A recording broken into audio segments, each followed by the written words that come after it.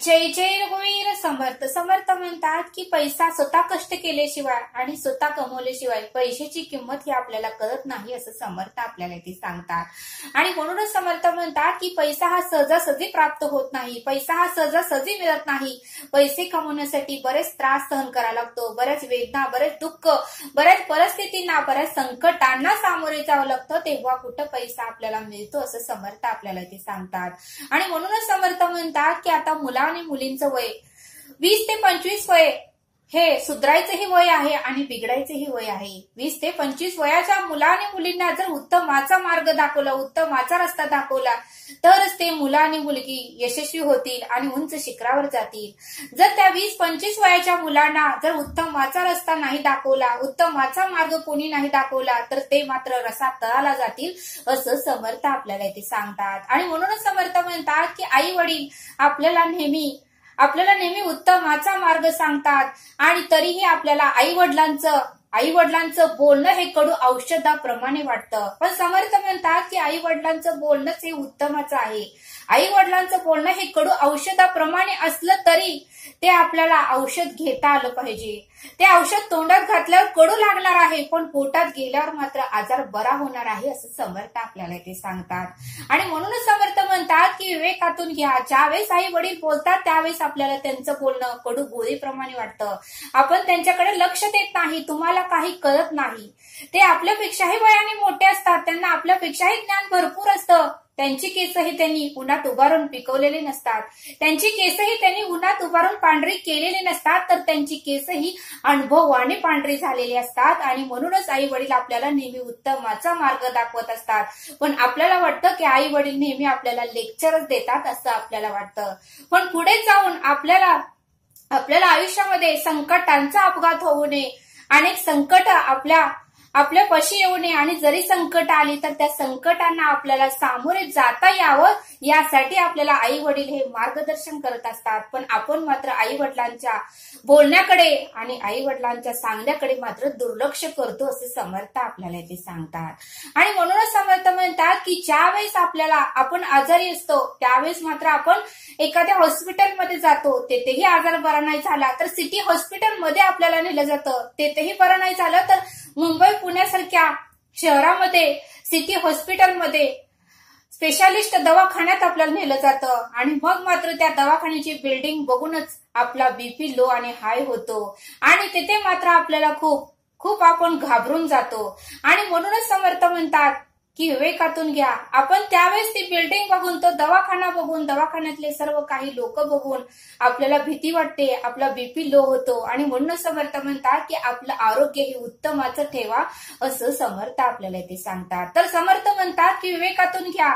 जसं स्पेशालिस्ट दवाखान्याकडे गेलं, स्पेशालिस्ट मोठ्या बिल्डिंग कडे बघितलं, डॉक्टरांना बघितलं की आपल्याला भीती वाटते, तसं आपल्या आयुष्यातही तसे मोठे प्रसंग आले तरी, मोठी परिस्थिती, गंभीर परिस्थिती, वादळे, संकटे, तुफाने आले तरी आपण घाबरून जाऊ नये, यासाठी आई वडील हे आपला पाया भक्कम करत असतात. आपल्याला सांगून आपल्याला आतून स्ट्रॉंग बनवत असतात, पण आपण मात्र त्यांच्याकडे दुर्लक्ष करतो, असं समर्थ आपल्याला ते सांगतात. आणि म्हणून समर्थ म्हणतात की 20 ते 25 वयाची मुलं हे फक्त काल्पनिक जीवन जगत असतात आणि कल्पना केली तसंच आपलं आयुष्य आहे असं त्यांना 100% वाटतं. पण जसं ती तरुण मुलं काल्पनिक जीवन जगतात, त्यातला 1% त्यांच्या आयुष्यामध्ये घडत नसतं. आणि म्हणून समर्थ म्हणतात की काल्पनिक जीवनातून बाहेर या आणि जे सत्य आहे ते स्वीकारण्याची तयारी ठेवा, असं समर्थ आपल्याला ते सांगतात. आणि म्हणून समर्थ म्हणतात की 20 ते 25 वयामध्ये जे काही मुलं मागतात ते आई वडील पुरवतात. पण ज्यावेळेस आपलं शिक्षण पूर्ण होतं, ज्यावेळेस आपल्या हातात डिग्री येते, ज्यावेळेस आपण कमवायच्या लायकीचं होतो, त्यावेळेस मात्र 1 रुपयाही आई वडिलांकडून मागू नये. जे काही करायचं आहे ते स्वतःच्या बळावर करावं, स्वतःच्या हिमतीवर करावं आणि स्वतःचं अस्तित्व हे स्वतः तयार करावं. आणि त्यांचीही वाट जीवनामध्ये, समाजामध्ये ताट मानेने त्यांनाही जगता यावं, असं आपलं वागणं असावं, असं आपलं बोलणं असावं, असं आपलं कर्तृत्व असावं, असं समर्थ आपल्याला ते सांगतात. आणि म्हणून समर्थ म्हणतात की या मुला आणि मुलीने नेहमी आई वडिलांना दोष देऊ नये, कधीतरी आपल्या स्वतःलाही दोष द्यावं. आपण कसं वागतोय, आपण कसं बोलतोय, आपण काय केलं पाहिजे याकडेही मुला आणि मुलींनी लक्ष दिलं पाहिजे असं समर्थ आपल्याला इथे सांगतात. आणि म्हणूनच समर्थ म्हणतात की अनुभव हे घरात बसून मिळत नाहीत, अनुभव हे बाहेर गेल्यानंतर, परिस्थितीचा सामना केल्यानंतर आपल्याला अनुभव हे मिळणार आहेत असं समर्थ आपल्याला इथे सांगतात. आणि म्हणूनच समर्थ म्हणतात की चार चौघांनी अनुभव सांगून आपल्याला कधीही शहाणपणा येणार नाही. ज्या वेळेस आपण चिखलात पडू, ज्या वेळेस आपण पाण्यात पडू, त्यावेळेसच आपल्याला अनुभव येणार आहेत असं समर्थ आपल्याला इथे सांगतात. आणि म्हणूनच समर्थ म्हणतात की कष्ट केल्याशिवाय पैसा मिळत नाही. आणि जोपर्यंत आपण कष्ट करत नाही तोपर्यंत पैशाची किंमत ही आपल्याला कळणार नाही असं समर्थांनी आपल्याला इथे सांगितलं. आणि ते समजावून सांगण्यासाठी समर्थ आपल्याला एक बोध देतात. समर्थ म्हणतात की अजय नावाचा एक मुलगा होता आणि तो नेहमी वडिलांकडे कुठल्या ना कुठल्या तरी गोष्टीसाठी अट्टहास करत होता की मला हे पाहिजे, मला ते पाहिजे, तुम्ही आणून द्यायचं, तुम्ही माझे बाबा आहात, तुम्ही माझी आई आहात, असं नेहमी सारखं म्हणायचा. आणि मग आई वडिलांनी मात्र त्याला लहानाचं मोठं केलं होतं, शिक्षण दिलं होतं, डिग्रीचं सर्टिफिकेट त्याच्या हातात आलं होतं, तरीही तो कष्ट करत नव्हता, नोकरी करत नव्हता, कुठला बिझनेस करत नव्हता आणि वडिलांना नेहमी त्रास देत होता.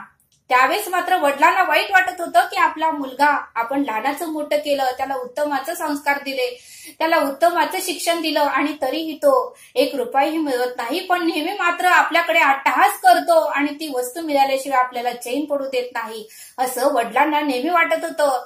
त्यावेळेस वडिलांनी ठरवलं की आपण आता आपल्या मुलाला काहीतरी अनुभव हा दिलाच पाहिजे, आपण आपल्या अजयला काहीतरी समजावून सांगितलंच पाहिजे. त्यावेळेस अजयनी एक वस्तूसाठी वडिलांकडे अट्टहास केला. त्यावेळेस वडील म्हणाले, ठीक आहे, मी तुला ती वस्तू देतो, पण तू ही माझं ऐकलं पाहिजे, तू ही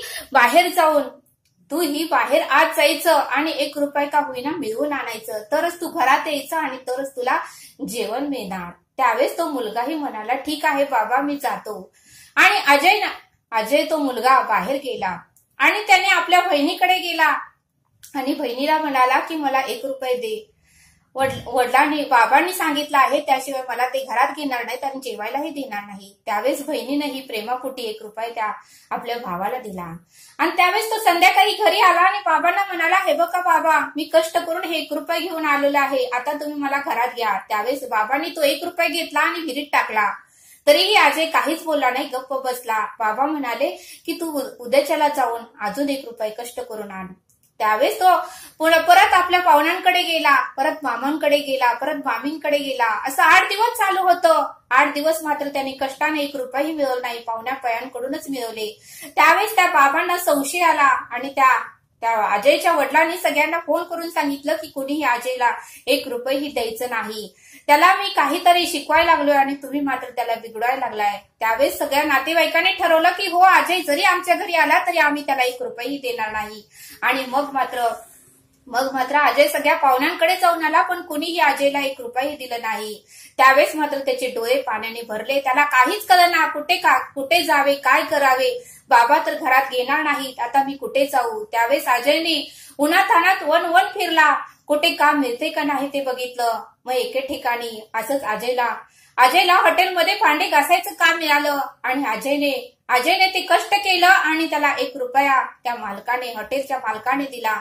आणि मग मात्र अजयला खूप आनंद झाला आणि अजयने ते 1 रुपया घेऊन आपल्या बाबांकडे आला आणि बाबांना म्हणाला, हवं का बाबा, एवढे दिवस मी 1 रुपया आणत होतो, पण ते माझ्या स्वतःच्या कष्टाचे नव्हते. मी बहिणींकडून आणलो, मी मामाकडून आणले, मी मामीकडून आणलं, मी भावाकडून आणला होता, पण हा रुपया मात्र कष्टाचा आहे, मी देवाची शपथ घेऊन सांगतो. त्यावेळेस बाबांनाही ते खरं वाटलं आणि तो खरं बोलतही होता. मग बाबांनीही ते 1 रुपया घेतला आणि विहिरीत टाकणार. तोच अजयने लगेच बाबांचे हात धरले आणि बाबांना म्हणाला, अहो बाबा, तुम्हाला काय कळतं का नाही, ह्या 1 रुपयाची किंमत तुम्हाला कळणार नाही. ह्या 1 रुपयाची किंमत तुम्ही मला विचारा. मी किती उन्हातान्हाचं हिंडलो, मला कुठे काम मिळते का नाही ते बघितलं, कोणीही मला काम दिलं नाही. शेवटी शेवटी 2-3 तास झाल्यानंतर मी एका हॉटेलमध्ये गेलो. तिथं त्या मालकाला विनंती केली, त्याचे पाय धरले. तेव्हा कुठं त्याने मला भांडी घासायचं काम दिलं आणि ते भांडी घासल्यानंतर मला त्या मालकाने 1 रुपये दिले. आणि तुम्ही लगेचच एका मिनिटात तो 1 रुपया पाण्यात टाकायला लागलाय, तुम्हाला त्याची किंमत कळणार नाही. त्यावेळेस मात्र बाबांनी तो 1 रुपया अजयच्या हातातच ठेवला आणि अजयला म्हणाले, अरे अजय बाळा, मी तुला हेच किती दिवस झालं समजावून सांगत होतो, पण तुला कळत नव्हतं म्हटले. आता ज्यावेळेस तू अनुभव घेतला, ज्यावेळेस तू कष्ट केलं, ज्यावेळेस तू उन्हात तानात फिरला, ज्यावेळेस तुला ते कष्ट करून 1 रुपया मिळवला, त्यावेळेसच तुला त्याची किंमत कळाली, असं ते अजयचे वडील अजयला म्हणाले. त्यावेळेस मात्र अजयच्या डोळ्यात हे आनंद अश्रू येऊ लागले आणि अजयलाही प्रकाश पडला. आणि मग मात्र अजयने आपल्या वडिलांचे पाय पकडले आणि वडिलांना म्हणाला की खरंच बाबा, माझं चुकलं, मला क्षमा करा आणि मी खरंच आतापर्यंत चुकीचंच वागत होतो. आता मात्र मी स्वकष्टाने स्वबळावर माझं अस्तित्व निर्माण करणार आणि मला जे काय हवं आहे ते मी कष्ट करूनच मिळवणार आणि तुमचेही स्वप्न मी पूर्ण करणार आणि माझंही स्वप्न मी पूर्ण करणार. बघा म्हटले समर्थ, या बोधातून हे शिकायला मिळतं, जोपर्यंत आपण कष्ट करत नाही, जोपर्यंत आपण त्रास सहन करत नाही, जोपर्यंत आपण उन्हाळे पावसाळे सहन करत नाही, जोपर्यंत आपण खास कलगे सहन करत नाही, तोपर्यंत आपल्याला पैसा मिळत नाही. आणि म्हणून समर्थ म्हणतात की पैसा मिळवायला बराच वेळ जातो, पण खर्चायला मात्र 2 मिनिटही लागत नाहीत, असं समर्थ आपल्याला इथे सांगतात. आणि म्हणून समर्थ म्हणतात की आपल्या मुलांना एवढंही लाड प्रेम करू नका. आपण त्यांनी बोलायच्या पुरुषेत आपण सगळ्या वस्तू त्यांच्या हातात आणून ठेवतो. बघा म्हणले समर्थ, कधी कधी त्यांना किराणा सामान आणायला सुद्धा पाठवून द्यायचं, म्हणजे त्यांना कळतं की कुठली वस्तू किती रुपयाला आहे, कुठल्या डाळी कशा आहेत ते त्यांना कळतं. आणि मग त्यांना कळलं की 1000 रुपये दिल्यानंतर फक्त 1 पिशवीभर सामानच येतं. आणि मग मात्र त्यांना समजल म्हटले, प्रत्येक गोष्ट घरातली जर आपणच करत बसलो तर त्यांना कधी अनुभव येणार, त्यांना कधी शहाणपणा येणार, ते कधी हुशार होणार, असं समर्थांनी आपल्याला इथे सांगितलं. आणि म्हणून समर्थ म्हणतात की व्यवहार ज्ञान, संस्कार आणि बाहेरचे अनुभव ही आजकालच्या मुलामुलींना येणे अत्यंत गरजेचं आहे, असं समर्थांनी आपल्याला इथे समजावून सांगितलं. तरी आता आपण येथेच थांबू. धन्यवाद. जय सद्गुरू.